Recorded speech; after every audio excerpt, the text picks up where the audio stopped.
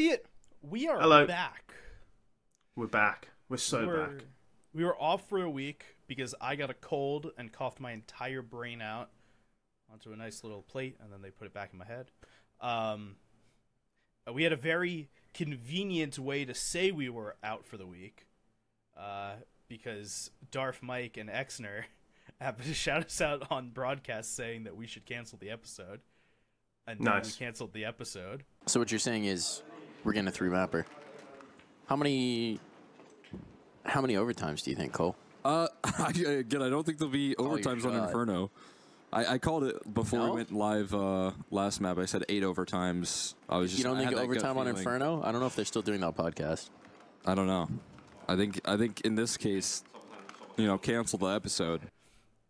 For totally different reasons. We're good like that. We are good like that. We like to stick to canon. We like to, and the canon event is that we should be cancelled. We like to stick to that. We don't like to keep people, we like to keep people on their toes a little bit and make sure if they're actually watching EPL, that we're following the storylines by not doing anything. You got to make sure that we're not Marvel Comics, we're Marvel Cinematic Universe, or vice versa. We're on the same track. Yeah, we're keeping with the lore. We are a lore accurate Counter-Strike podcast. Yeah, good way of putting it. Yeah, speaking of Counter-Strike, a lot of Counter-Strike has happened in ESL Pro League. Here's your brief thing on how the show is going to go today, because it's going to be a little bit of a short show. And we'll have a bigger show next week about all of ESL Pro League. We're going to do a quick touch on the end of groups and the beginning of playoffs. As we record, all of the second round of playoffs have ended. We are now down to 8 teams in quarterfinals. So we'll touch on how the teams that got there and what the rest of the playoffs is going to look like. And then we will spend a large amount of time on the new Astralis news. Yeah. But before we do that, the intro.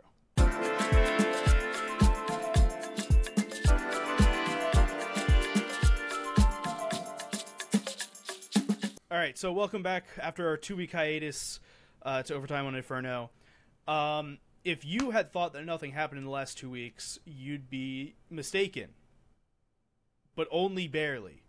Yeah, ESL Pro League's weird in that it just takes so fucking long that it basically feels like another player break in a sense. Where I'm just I don't need to watch every I find it so difficult to care about any game in Pro League, and I know that's a personal problem, but I just don't care. I want to start with the other news, and then we'll come back to Pro League. Yeah. It's just because you said there's been a lot of Counter-Strike going on, and there has, but very little of it feels like it matters until the playoffs, and even then, the final barely feels like it matters at Pro League. We've had that discussion about a million times. Yeah. Let's have a new discussion here. Astralis were rumored to sign Hooksy probably about a month ago, is what we had heard. Is that Device had been this IGL op player, and they decided that maybe it wasn't working correctly, or they wanted Device to just solely work on the op. They were going to sign Hooksy to be brought in as this IGL. That didn't happen. So they signed cadiaN instead to be a rifling IGL. Yeah, I hate it. I wanna dissect this bit by bit here, okay? Let's start with the first part of they decided they needed a change from the Device IGL. Yeah, fine. Reasonable. He looked fine, but we don't know what happened behind the scenes and how much he was actually hard IGLing in game, or whether it was... Also, Astralis were pretty bad.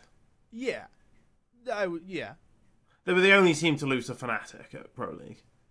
Astralis were pretty bad, but we've talked about how Stown and Yabby kind of feel like the further and further away they get from the cadiaN-led heroic, that they feel like more and more players in the cadiaN system that were really shown because of that. Yeah, I mean, I don't really think Stown's very good, I'll be honest. Yabby... It's gone down over time. It used to be, Stown's an excellent fucking player, and it used to be pretty hot. Yeah. So I was actually radicalized on Stown by Harry Nero, who I don't think he ever says it publicly because he has a clean cut image, but he doesn't think Stown is very good. Sorry, I've stitched you up there, Harry. But he was always telling me Stown is a choker. He's actually not that good. And then I watched him properly, and I was like, oh yeah, he's actually right.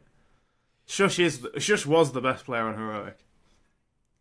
So, let's go to the second bet here. So Astralis decided they needed a new IGL for the team. They wanted to move the IGL role away from Device, which makes sense as opposed to the opposite, which is move the op role away from Device, because Device is still a very good opper. We have the receipts to prove it recently. Device can still op. He's a better opper than anyone you're going to get on the market. Also, cadiaN can't op on CS2. I don't know if this has been mentioned yet. cadiaN on CS2 is not. He's not cadiaN. He's like Woody or something. It's not good. It's not pretty. Him on the AWP on CS2 is not pretty.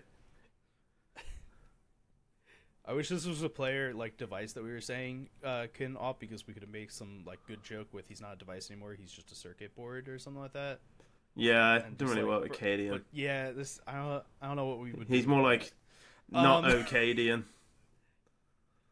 He's not. That's okay, better than nothing, but it ain't. Yeah, great. it's not. It isn't better than nothing. Nothing would have been much more preferable. So Astralis decided they need a new IGL. The rumors last month were Hooksy.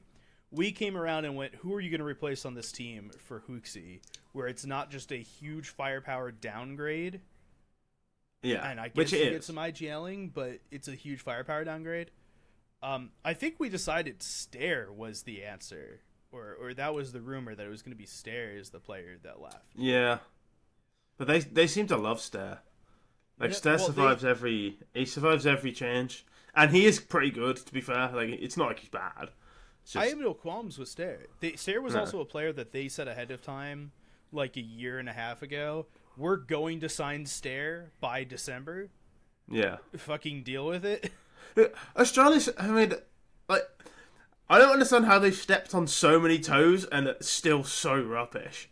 Like, you've annoyed everyone to build this team, and it's not good. What have you been doing? You could have just been friendly with everyone and still been rubbish. They've annoyed everyone. Yeah. Yeah, they have. Okay, so let's... Everyone they've signed a player from hates them. And they're still bad. Let's go to part 3. So they didn't choose to sign Hooksy, and everything went cold for about a month. As we said, we talked about this about a month ago, and all this. Comes out absolutely out of the fucking blue. Yeah, nobody knew about this, so I could tell. Like, and this isn't all the people behind the scenes knew about this. Like, nobody I knew it, but that doesn't mean anything. When a roster move happens, there's like a 70-80% chance that we know about it, or we've known about it for a couple of days before it happens. Yeah, maybe there's a decent chance. I hear some things from people, but I don't hear everything. Something like this, I feel like we would have heard about, and absolutely fucking no one that we knew heard about it. It seems pretty radio silent. Decided to tell us. There was no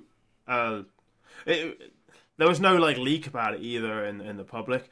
Like, it just came out of nowhere. A bit like Device to NIP actually. I think Astralis is probably quite good at keeping some of these things under wraps. But I don't know. I don't like this. Not only are Astralis good at this, but Liquid are quite good at this, at keeping stuff under wraps. Because we didn't know who was involved in the Liquid project until they basically said who was involved in it. I'd heard JKS before it was announced. Yeah, but I'd also heard Nico Dolls was the AWPer, which was wrong. So yeah, we've heard a lot of stuff there, but no, JKS I knew was going there. So cadiaN goes from the Liquid bench to Astralis, and I guess let's talk about part 4 here. The Stown and Yabby of it all.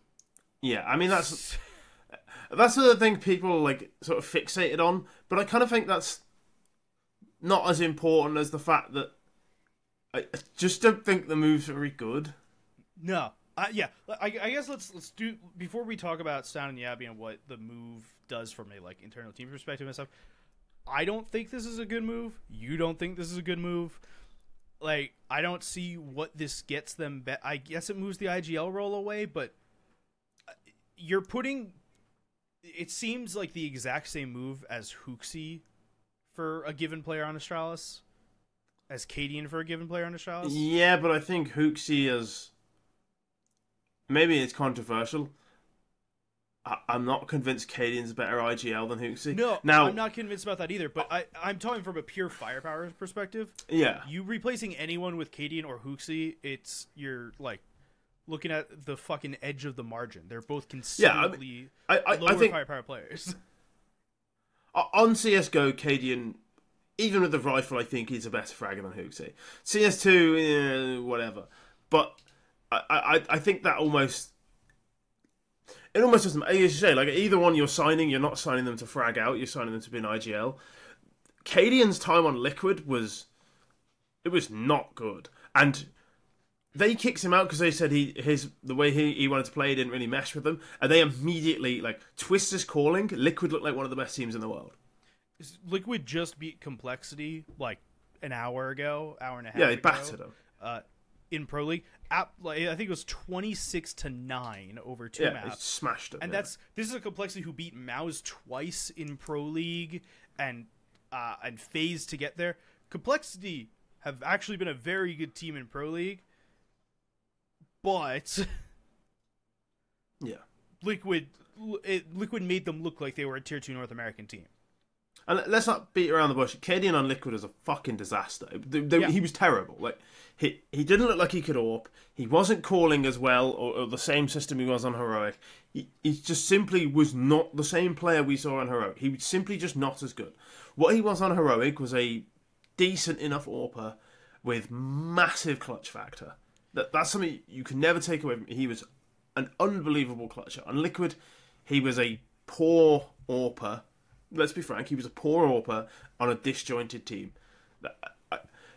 Astralis are gambling that they get the heroic cadiaN back, but then they're not building the system around him as the AWPer, which I think was actually quite integral to how Heroic played, was that he was calling from that AWP role. So the way you see the game when you have an AWP is different to how you see the game as a rifler. And we haven't really got onto this yet, because he's replacing Bro, he will not be seeing the same parts of the map as he was as an AWPer, so his information will be different. I think it's a lot harder to call from the positions he's probably going to take as a rifler as it was where he was as an AWPer, and I think he can try and rebuild that system that he was on Heroic. I think it's going to be harder for him to mid-round call. Maybe Device actually does the mid-round calling, because Device is in the cadiaN role on that Heroic. If you try and rebuild that Heroic team, you put Stair in Tess's position. Oh, you put Stair in... Tess's positions, I think. And cadiaN in Shush roles. Yeah. I think you're not... Device is an upgrade on cadiaN. The other two, I'm not sure are upgrades at all. cadiaN's definitely not a better rifle than Shush. So, if you're rebuilding that, but you have cadiaN in those roles, I think it's just harder for him to call. I don't see a world where this team is as good as Heroic, and even that Heroic team had problems and didn't win much. I think that if the Astralis plan here is rebuild Heroic, they're missing two of the best pieces that Heroic have. They're still on Heroic in terms of Tessus and Shush, because there's a concept. I listen to the Athletic Football Show, American Football Show, and there's this concept on defense, and I talked about this a couple weeks ago, of a henchman on an NFL team. There's a guy that's just going to get in there and do the doer. Yeah, a soldier. So there's this henchman thing, and Shush was an excellent henchman. Unbelievable. One of, if not the best in the world of those roles. There's not a henchman on this team. No, it's cadiaN. cadiaN is the henchman. Bro was the henchman, and he so was okay at it. I wouldn't say that Bro was the greatest henchman in the world, but he was I like Bro. I think he's good. I think he's a good player. I just, out of curiosity, pulled up cadiaN's weapon distribution graph over all time. Mm-hmm. cadiaN's percentage with the op, so all kills, cadiaN's percentage with the op is 47%. That's pretty high. The AK is 15%, or 14.5%. His USPS rating is larger than either of his A4 ratings. It's like 5%. So 7%, I think, is what the actual number is. Of all of cadiaN's kills are from an M4, and an additional 14%. We're looking at a sub 25% number for cadiaN on rifles in his career. Yeah, he's been an AWPer his entire career. Like, it's not. I don't think he's ever really been a hybrid either. He's been an AWPer. Yeah, I was gonna say it's not like if I go and look at devices. Device would be at about 25% with the AWP, I think. I think he'll be maybe high. I think higher. he'll be close to 30%. Yeah, he's 35%, but the AK's at 41%, and the M4s are right behind it with I think it's 15%. For a laugh, go and have a look at cadiaN's. Oh, cadiaN's, I know the scout. cadiaN's is so funny. He's got more scout kills than both M4s combined. I love him. It's awesome. It's awesome. But cadiaN is the AWPer for Big. Yeah, well, quite. Yeah, exactly. So I'm okay with him. Like, if you told me, hey, cadiaN is going to be the AWPer for Astralis, and Device will be the rifler, I'd have a little bit more faith in this, like a little bit. So, just based on that. Now, that's disregarding the fact that cadiaN can't AWP in CS2. But also my problem with that is, we've had this discussion a few weeks ago. To be one of the best teams in the world, you have to have one of the best AWPers in the world. Right now, I think probably the top 5 AWPers in the world are probably on the top 5 teams in the world. Yep. And maybe there's a bias to where it's like, oh, they look better because they're on their teams. Maybe there is. I haven't bothered looking to it, but like when you look at the teams below, I'd be willing to say further past that. I think the top 8 AWPers are on the top 10 teams in the world. Quite possibly. I mean, you can go we started. No. Device is on the 13th best team in the world. Let's not be Device is still a top 10 AWPer. No, I said the top 8 AWPers in the world. Sorry. My point was, out of the top 10 teams in the world, 8 of them have AWPers that are in that category. My point in saying this was there are the best AWPers are on the best teams in the world. With few exceptions. Largely, yeah. With few exceptions, largely. Right? And I think if you have Device rifling and cadiaN AWPing, I understand. Intuitively, it makes more sense. But also, I think for this team to ever be a top team, it needs Device to AWP. Yeah. Which is why cadiaN is an AWP.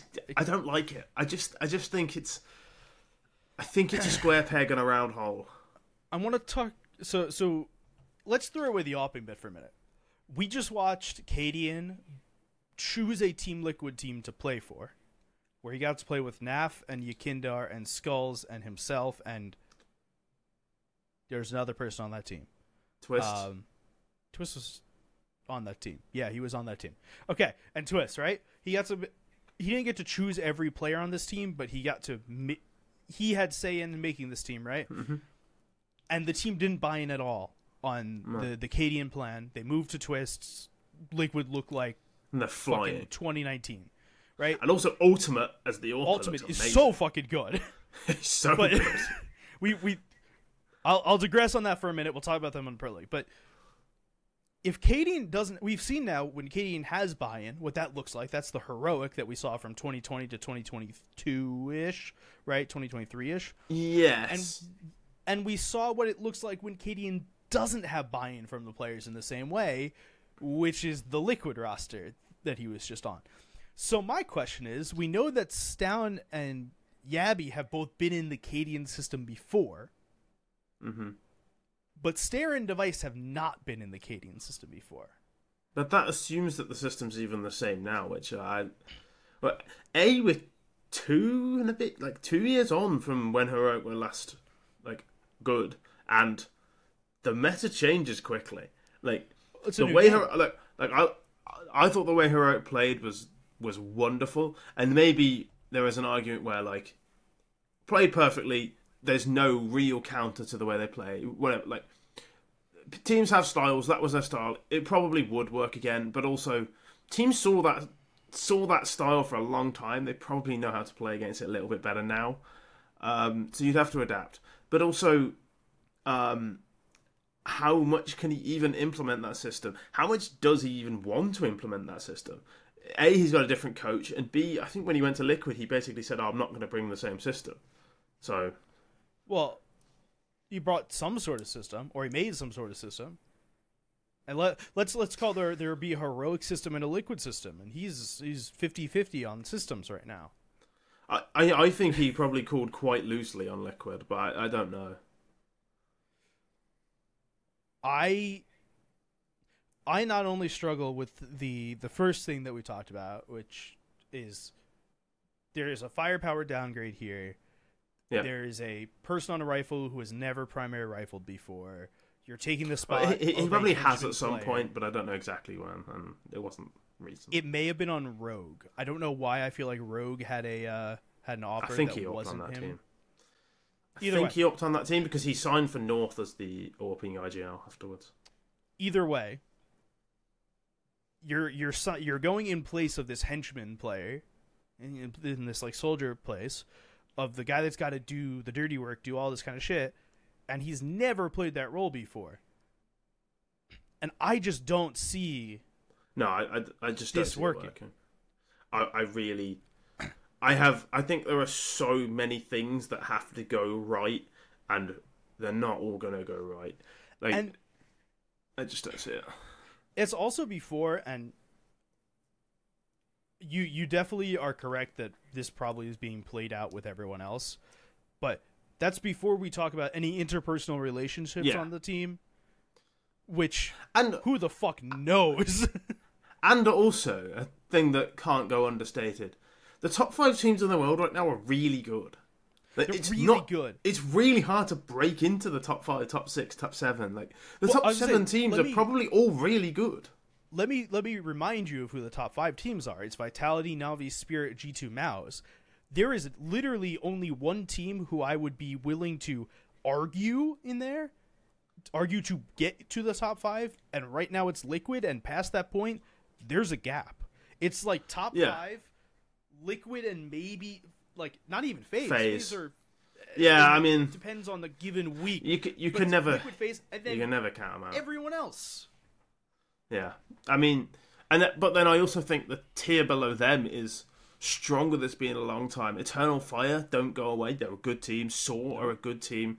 Virtus Pro, I don't like the electronic move, but they've been pretty solid. Complexity are good again. Complexity are right there. Yeah, they're good again. They've been good for the last split. Fury have started winning again. Mongols are hard to beat. Like, even you go down to like 18, you got Heroic. Now I know they're not good at the moment, but they're tough. 17 is 9. You still have to be good to beat them.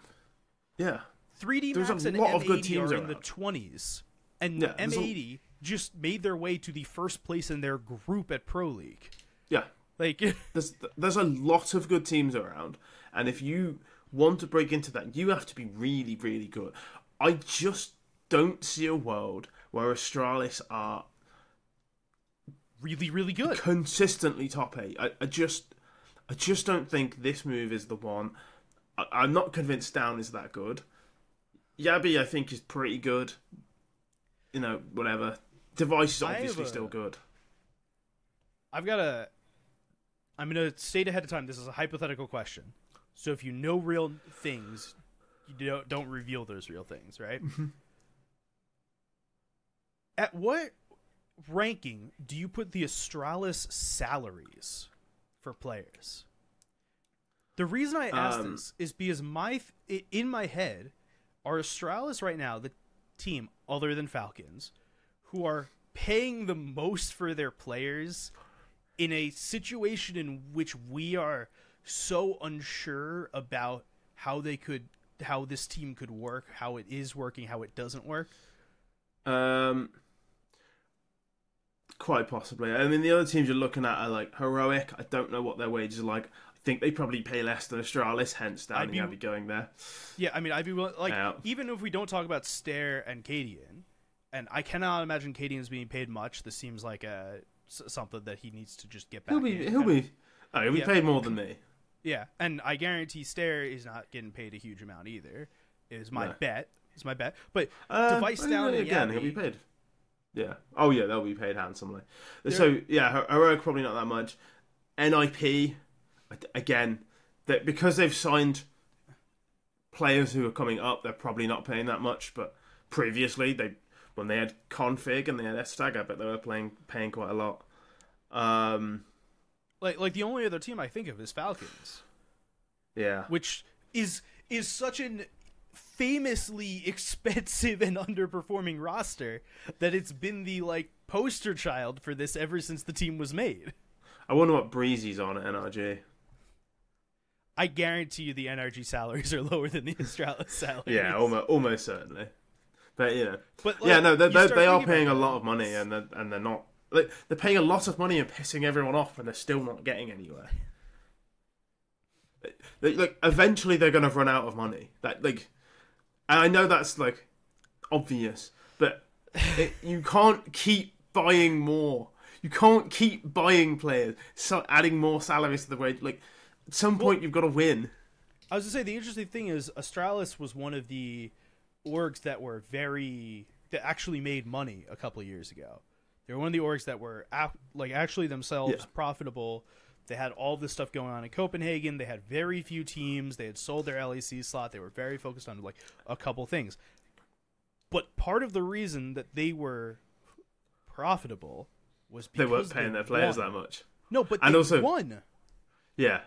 But all their players left because they weren't being paid that much. Device went to NIP. Dupree left. Magisk left. I guarantee all that's a thing. But I know for certain, just watching sports in general, if you win, you get paid more. Oh, yeah. More sponsors will come to you. More people will buy your jerseys. More people buy your prize money as well. Prize money. Even before we get to prize money, you are more profitable when you win. That's why the most valued organizations in sports, other than the Cowboys, are winning teams. And Manchester United. I will say, them being a full Danish roster actually probably limited them in terms of sponsorships, because Denmark is a small country. It's not a lot of people. Yes, it's a very focused audience.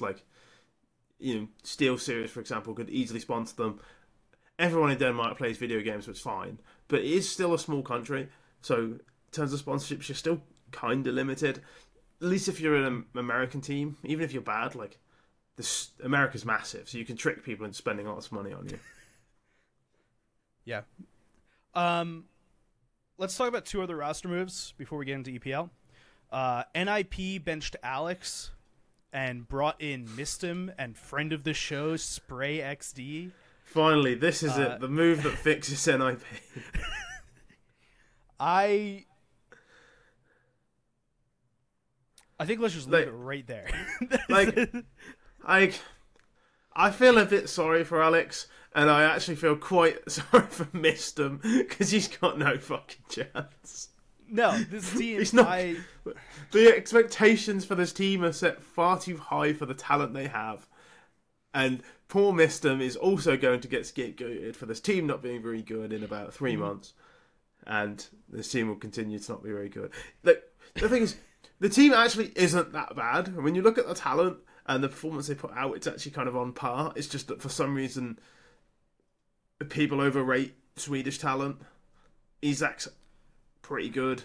Maxter is okay. Rez is okay. Wrinkle's good, but he's just warping, so it does help. And Headtrick looked good at first on NIP. I think Wrinkle's better than Headtrick, but Wrinkle's their best player. They're not going to win anything. Do you know what I mean? Yeah, no. I like Wrinkle, but if he's your best player, you're not going to win events. I don't know. I don't know how to think about this. I don't know. MisteM might be better than Alex, and Spray might be better than Slap. Right? I don't actually know. To be honest, I haven't watched MisteM play in a long, long time. I haven't watched his team play in a long, long time. They might be better. How much better do they have to be? We've questioned before what the efficacy of a coach really is in Counter-Strike. We have never questioned what the efficacy of an assistant coach is in Counter-Strike, because we've never talked about an assistant coach in Counter-Strike. No. We it's only because they bought it because we know Spray. And also they brought it up in their announcement. Yeah, they really did. They said, we're bringing MisteM and Spray. They were very specific about Spray. Yeah, I'm right, okay. Good for you, I guess. It's not going to change Like, it might make them a bit better, but it's not going to change anything fundamentally about this team. They're still going to be, like, maybe the 20th best team in the world. All right. And that's fine if that's what your goal is. But so we talked about Group A and B for ESL 2 weeks ago. In the last 2 weeks, Group C and D have played. The last roster move I want to talk about is in conjunction with Group C. It is an old roster move, okay? It is Lake to M80. Yeah. I want to talk about this. You know what? Fair fucking play to M80. Fair play. I want to talk about this for a couple reasons. Number one, M80, Group C. The winners of Group C beating Complexity, Fnatic, and Imperial to, like, without dropping a map. Which is insane. They qualified straight to the quarterfinals. They play MIBR tomorrow as recording today as you hear this. That's really fucking good. Yeah. Somebody at M80 knows what they're doing. I don't know who it is, but somebody at M80 really, really knows their shit. Because it's probably Psycho is his name. He's the he's the guy in charge of M80. They think it's TAC FPSs. It's not just Counter-Strike. Right. He's in charge of the TAC FPSs there. Yeah, because nobody outside of probably very specific corners in North America was touting Lake. Like I'd never heard of Lake until I heard he was signing for M80. Nobody was touting this guy to be the next big thing. I'm in the Dust 2 Discord, okay? Yeah. Plenty of NA people, okay? Yeah. I heard one person talking about Lake. Yeah. A lot of people, including myself, knew who Lake was. One person was saying Lake will be the savior of NA. Lake is going to M80. So I found out. I may have missed. I found out they were signing Lake from when I was writing welcome letters for an ESL event. I asked for the roster so I knew who to write for, and they said, "Oh, add Lake to M80." And I was like, "Is that a new coach? Is Def playing?" I've literally never heard of him. And I looked him up. I was like, "Okay, this kid, he seems all right. He's quite aggressive." That they need an aggressive player. They needed an A player. For like, so this is the Mobs it's a shame they've everyone to know. This is the Mobs replacement. Yeah. So it's like, okay, they're replacing Mobs. It's not easy. Like, they're probably going to be a little bit worse, but this seems like a reasonable replacement. The kid's fucking mustard. He's so good. Not only is he so good, he is giving me the most 2014 Call of Duty player shit I have ever seen in my life. He is yelling at Floppy across the fucking event venue. Range, not even mid-range. Let's go! Horrible! Look at me! They have made like 3 different limited to 100 runs of shirts of just shit Lake says in the middle of a game. The guy, he's the real deal. And he is... Yeah, he's it's making this team a lot of fun to watch. It's going to be such a shame. And this team was already fun to watch. Yeah, it's going to be such a shame when Liquid sign him and make him play like in corners. Like, it's going to be so sad because the guy's so good, and Liquid are definitely going to sign him and ruin him like they did to Grim. It's so sad. It's like somebody at M80 knows what they're fucking doing because they lost Manx and Malbs and haven't missed a beat. Fair play. Like they've lost their IGL and their best player in the last year, and if anything, they look better somehow. This seems good, and I don't know how. I am certain to say that M80 of this Pro League looks better than M80 of last Pro League, and that was the one where Mobs went fucking nuclear throughout the entire event and got G2 to sign him. And as you know, we are the biggest Mobs glazers in the world. Okay, and Lake is not as good as Mobs is, okay? But something about adding Lake to this team has just elevated everyone. Yeah. Somebody knows what they're doing in M80. Like, somebody needs to find out who it is and get them pay them more money and work somewhere that needs it. Because he knows what he's doing. It's similar to like when Gamer Legion kept getting good players. They've obviously ruined that now, but like they just seem to keep finding players. Def has been the coach, and he, when he signed Manx, he said, he's somebody who wants a similar style to me. So it's clear they have this philosophy of the way they want to play that goes from management to coach to IGL. Like, they have this through line where this is the way they want to play, which is how, like, intelligent sports teams do it. They don't sign a coach and then say, oh, what do you want to do? They decide what they want to do and then sign a coach who wants to do that, which it seems like M80 have done. And they're reaping the rewards. And somebody has found Lake when barely anyone knew who he was. And importantly, they believed in him enough to put him in a star role. They didn't bring him up, put him in the worst role, and then say, right, when you're ready, we'll put you in a star role. They're like, no, we signed you to play this role. You're our star. Go show it. Like, give him hell. Like, and that's what they... And I always like it when people sign exciting young players and just let them do what made you excited in the first place, instead of signing an exciting young player and then saying, right, you're not ready for tier 1, so we're going to put you over here. I have one more mention about the M80 run here, and then we'll talk about the rest of Group C and Group D. M80 played the longest game in Counter-Strike 2 history in this run against Fnatic. Yeah. Who I'd like to remind you has Blame F on it, because I forgot that. Yeah, I saw after their first game, Vu posted, like, oh, Blame F, no impact, Blame F win. And I'm like, they didn't win a map after that. No. And all that impact he had from top fragging, didn't win a map after that. So M80 won the group. Imperial came second place. They played against M80, and M80 2-0'd them.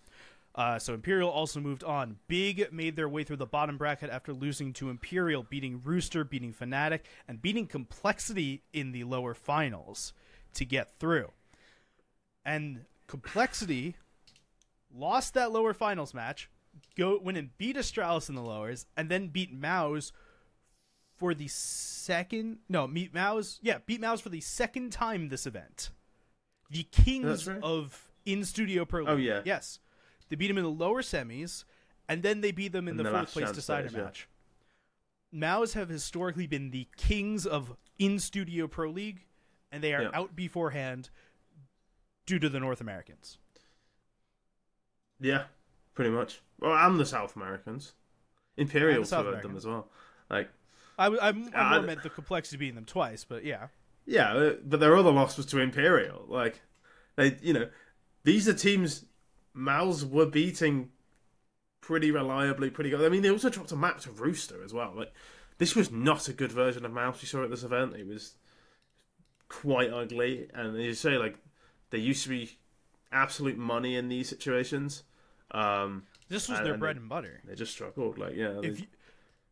If you could count on Mouse anywhere, it was in Malta group stage at ESL Pro League. And if you look at the games they lost, it wasn't like one player each time with Dragon. It was a different player each time who came bottom, who really struggled. The decider game, Torzi had a nightmare. Sui, the game before, was really struggling. Against Imperial, I think it was Brolan who was really bad. Like, they just as a team looked lethargic. Maybe they just need a break. Like, you never know. They're still they are still so young, and they do have time on the side. Or it's like you're just willing to give them time, even when things aren't going well. You're like, well, we know you're good. Just take a month off where you're bad, and then come back for the major and be good. You'll be fine. All right, Group D. Vitality won the group, beating Atox, Furia, and Liquid. Liquid themselves looked very good in this group. They beat Ents and Virtus Pro, losing to Vitality in the upper finals. Yeah, no shame. Virtus Pro themselves went through a lower bracket run, beating Falcons, Red Canids, and Furia. Red Canids, who actually looked very good for what we assumed Red Canids would be. Yeah. Did they look really good? Were Ents and Falcons really bad? They took a map off of Furia and then lost to Furia twice. I said good comparatively. This is but this is better than I expected Red Canids to look to begin with. I'm going on a curve here. I'm not actually sure. They were still the 5th best team in this group. Yeah. And, like, they got 2-0'd by Furia. It's like, Okay, yeah. I just like Ents lost to Atox to go out. Like Ents were fucking awful. Can we chat about Ents for a minute? You know what makes me think Red Canids aren't good? And I'm being totally serious. They dropped a map to Ents. It sounds silly, but so I don't think anyone here has ever heard us mention the site because they have not done a huge amount of reporting in Counter-Strike. But you'll know them. Sheep Esports, famed in the League of Legends space with LEC Wooloo. They reported he's got a crazy, unpronounceable real name. Yeah, I think he's French. It's Belgium. He's Belgium. Okay. Ents, Goofy is taking a break after Pro League, and he's going to be benched on Ents for a while. Mm-hmm. I mean, they've got to change something. They have to do something, but I don't know if that helps to any degree. But same fucking honks. It's so bad. All right, like, I don't know, man. There's barely anything you can actually say about Ents that was so bad that it's pointless even analysing them. I don't want to talk more about that. Single Elim playoffs. There are 16 teams here, and it's not a single Elim bracket. The way that this worked was the 4th place seeds played the 3rd place seeds across groups, then the winner of that match played the 2nd place seeds, then the winner of those matches played the 1st place seed, and then we have quarter semis, grands. Yeah. So in the first round of playoffs, Big lost to the Mongols 2-1. Virtus Pro lost to Heroic 2-0. Okay. Complexity won against FaZe 2-0. That one was kind of fun, but Spirit beat Furia 2-0. Watching Spirit's always fun. Playoff rounds 2. Eternal Fire beat the Mongols 2-1. MIBR beat Heroic 2-1. I have no idea how good Heroic are. Absolutely not. Every time I watch them, it's like watching a completely different team. Liquid absolutely fucking dismantled Complexity like an hour ago. And Spirit beat Imperial roughly the same amount of time ago. So that leaves us, when this podcast comes out, Vitality against Eternal Fire as one quarterfinal match. M80 versus MIBR is another quarterfinal match. G2 Liquid on Friday as a quarterfinal match. And Navi Spirit on Friday as a quarterfinal It's absolutely mad that M80 are going to be in the semi-finals of Pro League. I was going to say, let's go through these each one by one. Vitality, Eternal Fire. Vitality. Eternal Fire are a good team. They're a good team, but they're never going to beat Vitality, unfortunately. No. M80, MIBR. I'm going M80. MIBR have some, like... I just fundamentally don't think the universe would let MIBR ever be in a semi-final. Do you know what I mean? Like, there's... M80 obviously shouldn't be in a semi-final, but MIBR can't be in a semi-final. It's just not right. There's some Lake plot armor on the M80 semi-final. I don't mean to be mean, but nobody cares about MIBR. It's a choice of words. I'm not suggest looking at any Portuguese-based comments in the next couple of days. If you're Brazilian, MIBR still aren't your favourite team. No. They're nobody's favourite team.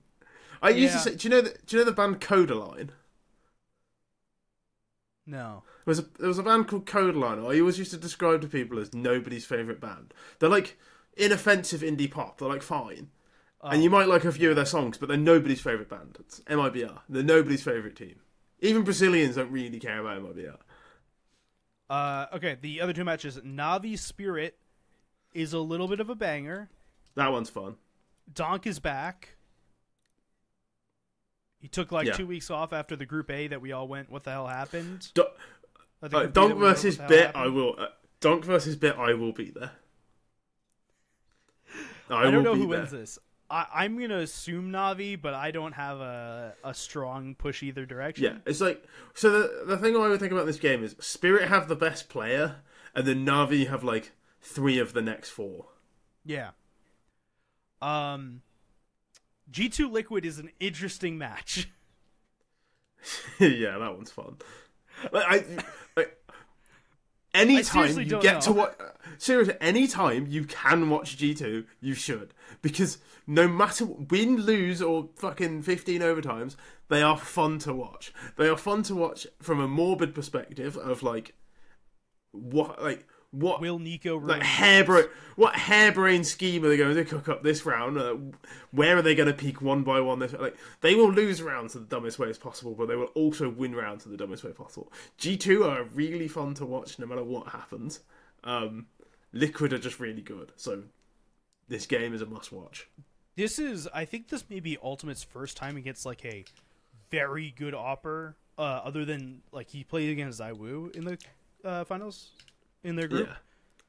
This is Ultimate's first time against m0NESY. I'm very excited because Ultimate has looked really fucking good. Yeah, he is good. He is really good. But we'll see if we'll see if he's really good or if he's great. Actually, no, we won't see that until he does it on a stage against m0NESY. But that's a good point.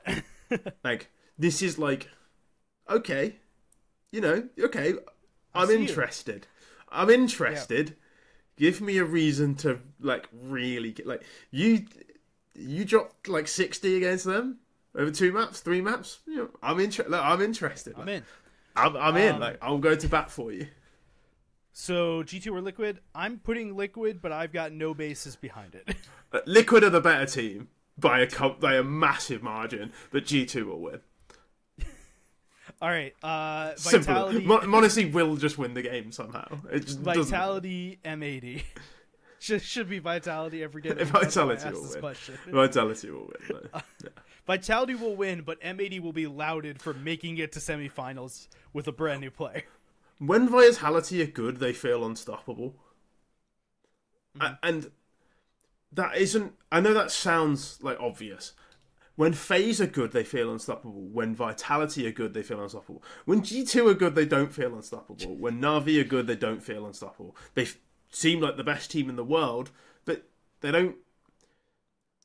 G2, no matter how good they are, could still lose to like a team you've never heard of. And Na'Vi, we're not going to lose to a team you've never heard of, but they might lose to like an Eternal Fire here and there. Whereas when Vitality are good, they feel like so imperious. They feel... like strangling. I don't know how to describe it. Like when Vitality are good, you just never bet against them. There was a reason why we said that it's all fair that Liquid lost to Vitality in the closing, because that's fucking fair as shit, man. This Vitality is so good. You looked at that match and go, wow, shit. Liquid like won a map and looked good on another map. That's fair fucking play to Liquid. Like Vitality's role player Mezzy would be a star player on, I think, most teams in the world. I really think Mezzy is unbelievably good. I think he's a role player on every team but 1, 2, 3, 4, 5 other teams.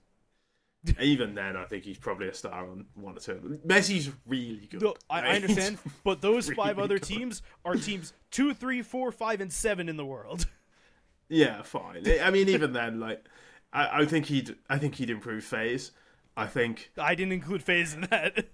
Yeah, like put it this way, like him versus JKS. You're like, well, I mean, you could argue JKS isn't a star on this team, whatever. Like, no, I assume you replace star for star in this, and not star for random support player or henchman. Yeah, him versus JL. Okay, JL's probably better. Yeah, fine. But my point is, like, Mezzy you have to have the question.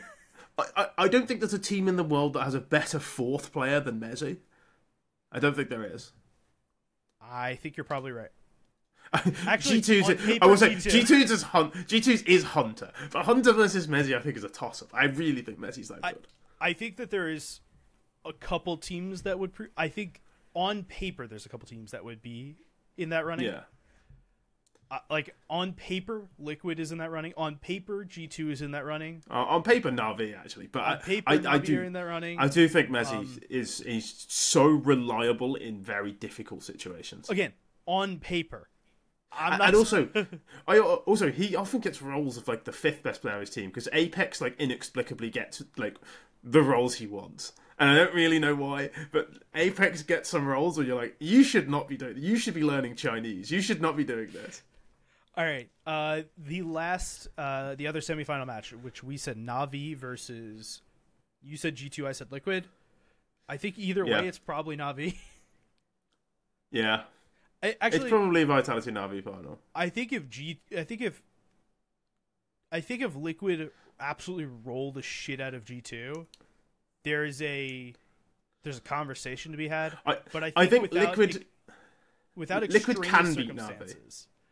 Yeah, I think if we're talking about what is the high percentage chance, it's a Na'Vi victory. I think Liquid have a better chance of beating Na'Vi than G2 do. I agree. But I just think G2 are going to beat them. I can't explain it because it doesn't make any sense, but I just think G2 will beat them. All right, grand final, Vitality against Na'Vi. This is Vitality's event to lose, in my opinion. Yeah. Like, again, it's really hard to bet against Vitality when they're in form. I just assume they're going to win every game. Yep, I'm on the same page here. That's going to end it for this week. You'll find us back next week. We'll have a winner for Pro League. I don't think there's any events coming up soon. Oh, Blast Fall Final is coming up. Yeah. Blast Fall Final will be coming up soon. We'll talk about that next week. Yeah, and then we're in a weird bit of kind of break, but not really break, which is convenient for those of us who watch other esports. And then we'll be back to Counter-Strike for the end of the year set with Blast Finals and not Worlds, the Major. The Major. I just finished watching TI last week. My brain is now screwed on for watching League of Legends Worlds. My brain is not going to be screwed on for the Major until after that ends. Oh no, I'm already screwed on for the Major. I'm disregarding everything that comes before the Major and only caring about the Major right now. That seems reasonable. Yeah. But we'll be back next week.